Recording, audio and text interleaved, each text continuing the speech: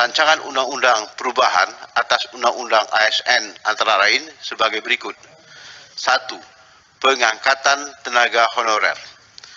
Tenaga honorer pegawai tidak tetap, pegawai tetap non-PNS, pegawai pemerintah non-pegawai negeri, dan tenaga kontrak yang bekerja di instansi pemerintahan secara terus-menerus serta diangkat berdasarkan surat keputusan yang dikeluarkan sampai dengan tanggal 15 Januari 2014 wajib diangkat menjadi PNS secara langsung.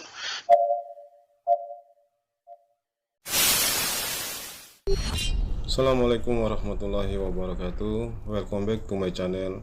Jangan lupa dukung terus channel kami dengan cara klik subscribe dan nyalakan lonceng notifikasi agar jadi orang pertama yang melihat video selanjutnya. Dan jangan lupa like, share ke teman-teman apabila video ini bermanfaat, dan komen di kolom komentar apabila ada masukan buat channel kami. Terima kasih. Tentunya yang kami banggakan juga pada hari ini adalah hadir di tengah kita Bapak Cahyo Kumolo, Menteri PAN dan Reformasi Birokrasi, Menteri Pendayagunaan Aparatur Negara dan Reformasi Birokrasi, dan seluruh jajaran yang berbahagia. Kami langsung saja membacakan penjelasan DPR RI terkait materi muatan rancangan undang-undang perubahan atas Undang-Undang Nomor 5 Tahun 2014 tentang aparatur sipil negara. Negara berdasarkan aturan hukum tidak hanya memiliki tanggung jawab menjaga ketertiban, tetapi lebih daripada itu adalah mencapai tujuan nasional, yaitu melindungi segenap bangsa Indonesia dan seluruh tumpah darah Indonesia, memajukan kesejahteraan umum dan mencerdaskan kehidupan bangsa. Dalam perspektif hak asasi manusia, setiap manusia berhak atas pekerjaan, penghidupan yang layak, dihargai dan diperlakukan secara adil dalam kehidupan mereka. Karena manusia sebagai makhluk ciptaan Tuhan memiliki hak asasi yang harus dihormati oleh siapa saja, sebagaimana yang telah diamanatkan dalam pasal 28D Undang-Undang Dasar Negara Republik Indonesia tahun 1945. 1. Setiap orang berhak atas pengakuan, jaminan, perlindungan, dan kepastian hukum yang adil serta pengakuan yang sama di hadapan hukum. 2. Setiap orang berhak untuk bekerja serta mendapatkan imbalan dan perlakuan yang adil dan layak dalam hubungan kerja.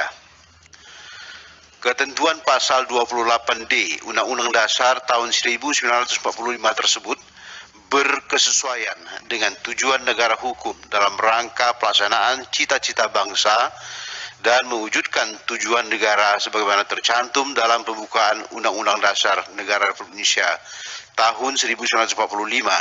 Salah satu hal yang relevan dengan penyelenggaraan pemerintahan yang baik adalah pembentukan suatu tatanan hukum yang mengatur mengenai aparatur sipil negara yang memiliki integritas, profesional, netral, dan bebas dari intervensi politik, bersih dari praktek korupsi, kolusi, dan nepotisme, serta mampu menyelenggarakan pelayanan publik bagi masyarakat dan mampu menjalankan peran sebagai unsur perekat persatuan dan kesatuan bangsa berdasarkan Pancasila dan Undang-Undang Dasar Negara Republik Indonesia tahun 1945. Undang-Undang Negara Nomor 5 Tahun 2014 tentang aparatur sipil negara secara filosofis, sosiologis, dan yuridis ternyata memiliki banyak persoalan yang justru menjauhkan negara dari tujuan hukum itu sendiri. Undang-Undang ASN ternyata tidak berpihak kepada cita-cita nasional yang tertuang di dalam pembukaan Undang-Undang Dasar Negara Republik Indonesia tahun 1945 yang menjadi tujuan dari negara hukum itu sendiri.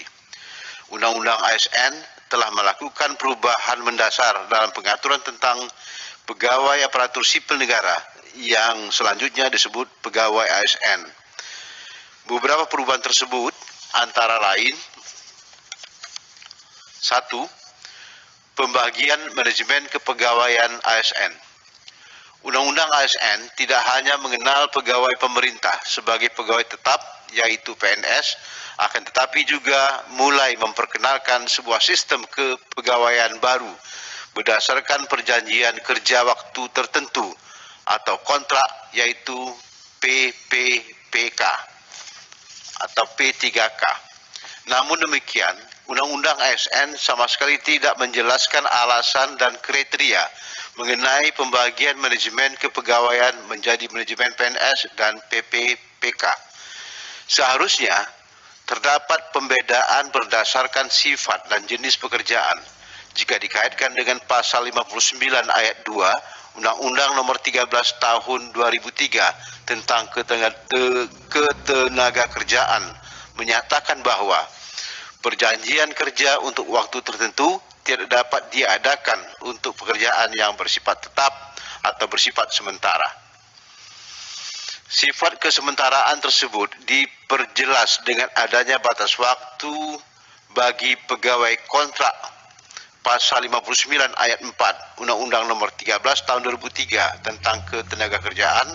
Dalam hal ini mengatur bahwa perjanjian kerja waktu tertentu yang didasarkan atas jangka waktu tertentu dapat diadakan untuk paling lama 2 tahun dan hanya boleh diperpanjang 1 kali untuk jangka waktu paling lama 1 tahun.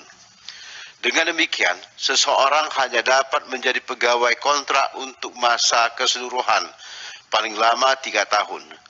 Batas waktu 3 tahun inilah yang menjadi ukuran dari sifat kesementaraan sebuah pekerjaan. Sehingga apabila sebuah pekerjaan dianggap tidak dapat diselesaikan dalam jangka waktu 3 tahun, maka pekerjaan itu menjadi bersifat tetap karena Undang-Undang ASN tidak memberikan jenis dan sifat pekerjaan bagi PPPK.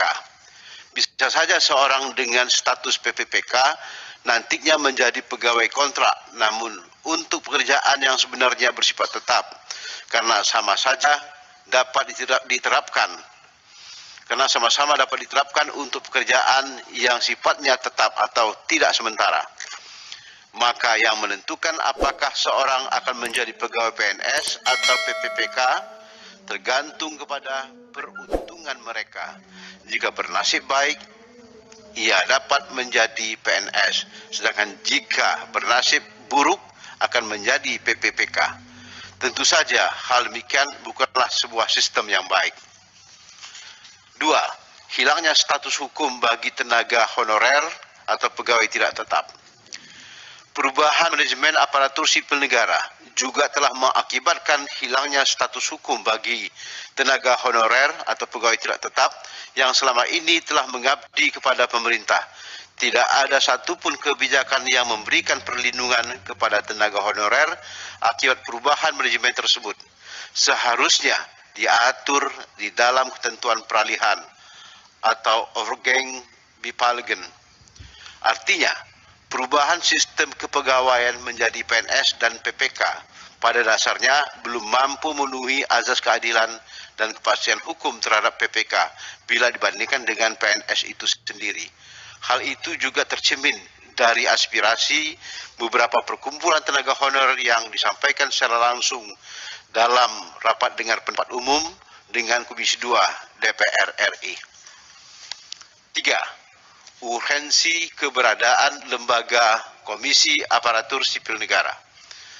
Menurut Undang-Undang ASN, komisi ini adalah sebuah lembaga non-struktural yang mandiri dan bebas dari intervensi politik.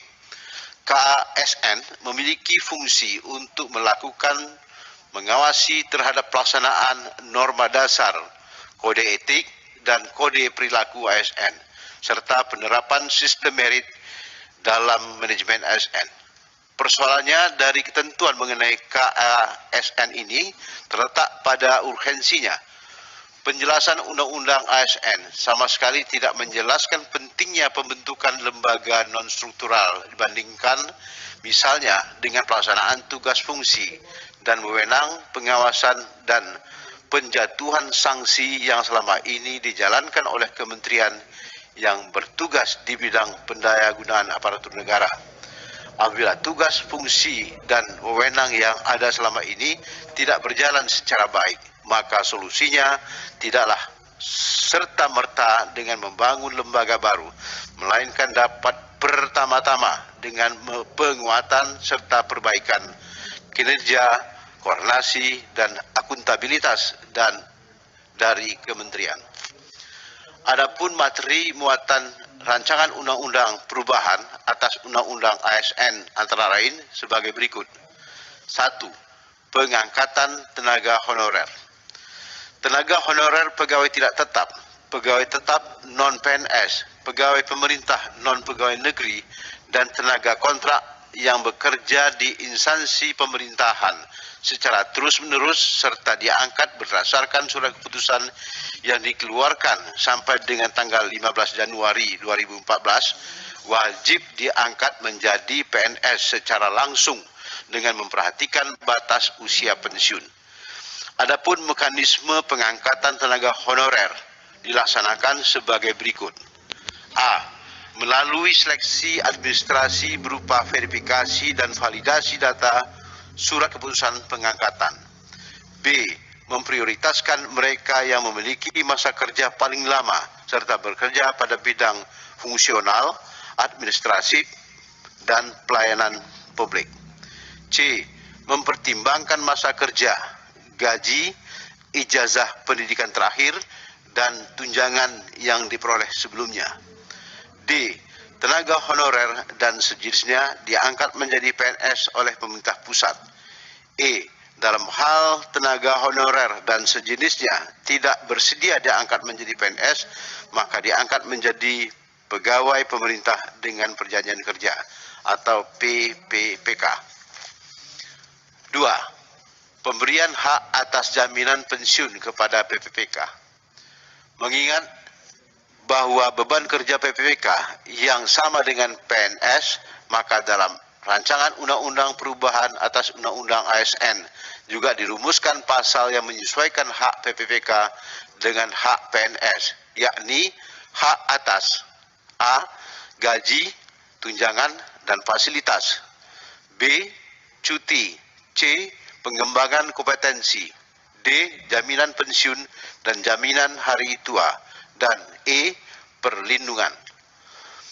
PNS maupun PPK sesuai dengan amanat Undang-Undang Nomor 40 Tahun 2004 tentang Sistem Jaminan Sosial Nasional dan Undang-Undang Nomor 24 Tahun 2011 tentang Badan Penyelenggaraan Jaminan Sosial, yaitu A. Jaminan kesehatan, B. Jaminan kecelakaan kerja, C. Jaminan hari tua, D. Jaminan pensiun, dan E. Jaminan kematian.